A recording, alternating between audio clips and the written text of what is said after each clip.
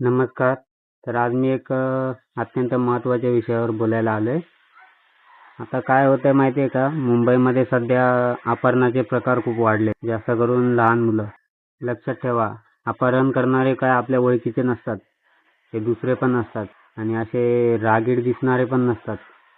म्हणजे असे साधे भोळे दिसणारे असतात. तर तुम्ही तुमच्या मुलांकडे लक्ष ठेवा आणि मी काही महत्त्वाच्या तुम्हाला टिप्स सांगणार आहेत. तर त्याच्याकडे लक्ष देऊन ऐका. म्हणजे ते लहान मुलांना असं सांगतात की मला तुझ्या आईने पाठवलंय, तुझ्या पप्पांनी पाठवलंय किंवा तुझी आई हॉस्पिटलमध्ये ॲडमिट आहे, त्यांनी मला पाठवलंय तुला घ्यायसाठी किंवा पप्पा ॲडमिट आहेत हॉस्पिटलमध्ये, त्यांनी मला घ्यायसाठी पाठवलं. आणि अजून असं पण सांगतात की तुझ्या पप्पाला कामावरनं यायला उशीर होईल आणि त्यांनी मला पाठवलंय तुला घ्यायसाठी. आणि कधी कधी असं पण करतात की चल तुला चॉकलेट देतो, माझ्याकडे खूप सारे चॉकलेट आहेत, अजून पण आहेत, तुला हवे असतील तर चल माझ्यासोबत, असं पण सांगतात. आणि एक गोष्ट लक्षात ठेवा, तुम्ही जर तुमच्या मुलांना शाळेत सोडताय किंवा शाळेत आणायला तुम्ही जाऊ शकत नाही, कोणाला पाठवताय, तर त्यांना पाठवताना तुमच्या मुलांना शिकवा, कोडवर्ड शिकवा, कोडवर्ड.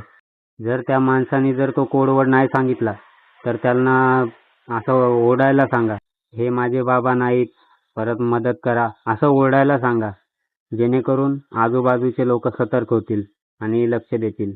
नॅशनल क्राईम रेकॉर्ड आकडेवारीनुसार मी सांगतो तुम्हाला. दररोज 28 ते 30 मुलं मुली बेपत्ता होतात. परत दर महिन्याला 850 ते 900 मुलं मुली बेपत्ता होतात. आणि वर्षाची आकडेवारी किती आहे माहिती आहे? 10,000पेक्षा मुलं मुली बेपत्ता होतात. हा व्हिडिओ तुम्ही जास्तीत जास्त शेअर करा. तुमचे नातेवाईक जे असतील त्यांच्याकडे, जे नसतील त्यांच्याकडेही पण पाठवा. कारण ते पण सतर्क राहतील की आपल्या महाराष्ट्रामध्ये किंवा महाराष्ट्राच्या बाहेर पण काय होत आहे.